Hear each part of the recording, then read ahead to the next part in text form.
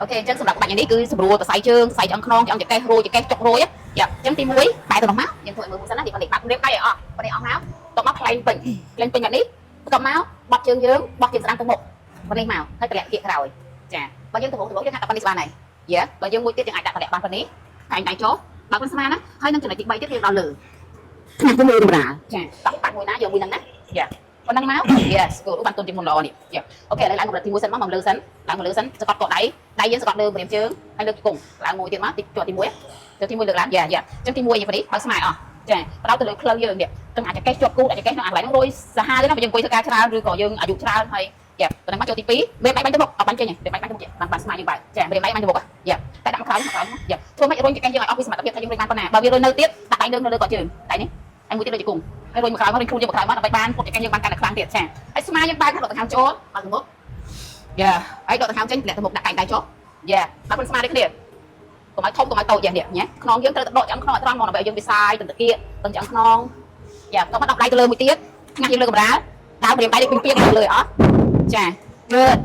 មួយដកទៅខាងចូលពីរដល់ទៅលើមួយទៅយើងស្ដាំណាបើយើងទៅមុខចាឲ្យតឹងព្រោះលើកដៃឡើងបើព្រាមដៃទៅលើកដៃឡើងយ៉ាដើរទៅលើទៀតដើរទៅលើតឹងតអស់មកដើម្បីសន្ធឹងទាឆ្អឹងខ្នងរបស់យើងឆ្អឹងយើងសងខាងនេះឲ្យវាលាតសន្ធឹងឲ្យអស់យ៉ាអញ្ចឹងការចុករយគៀបទៅសៃឈឺឆ្អឹងខ្នងរួចតែគេហ្នឹងគឺថាបាត់លឿនទៅតែចាអូខេអញ្ចឹងធ្វើវា10ដង្ហើមឬក៏1នាទីមកបន្ទាប់មកឡើងមកវិញតិចឡើងមកវិញ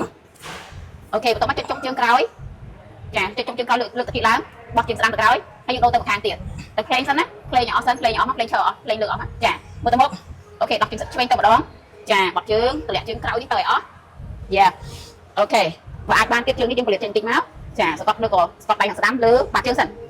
យ៉ាដើម្បីទាញរៀបចំប្រចាំក្នុងយើងឲ្យត្រង់យ៉ាចឹងមកដកដង្ហើមចូលតាមច្រមុះចេញពីដៃចូលទី2អត់កែងដៃ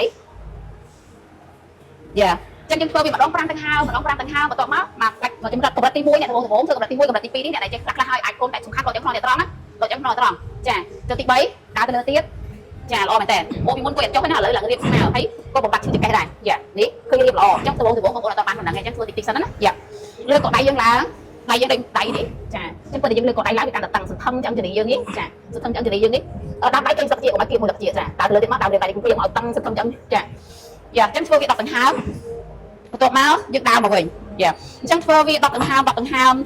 អាចធ្វើបានថាអូកម្រិតទី1ក៏បានទី2ក៏បានទី3ក៏បានចឹងធ្វើវា10ដង្ហើមហើយធ្វើវា3ជុំទៅ5ជុំមកធ្វើជារៀងរាល់ព្រឹកឬក៏មុនចូលគេល្អសម្រាប់បងប្អូនដែលឈឺចុករយចង់ឆ្អែងឆ្កេះចា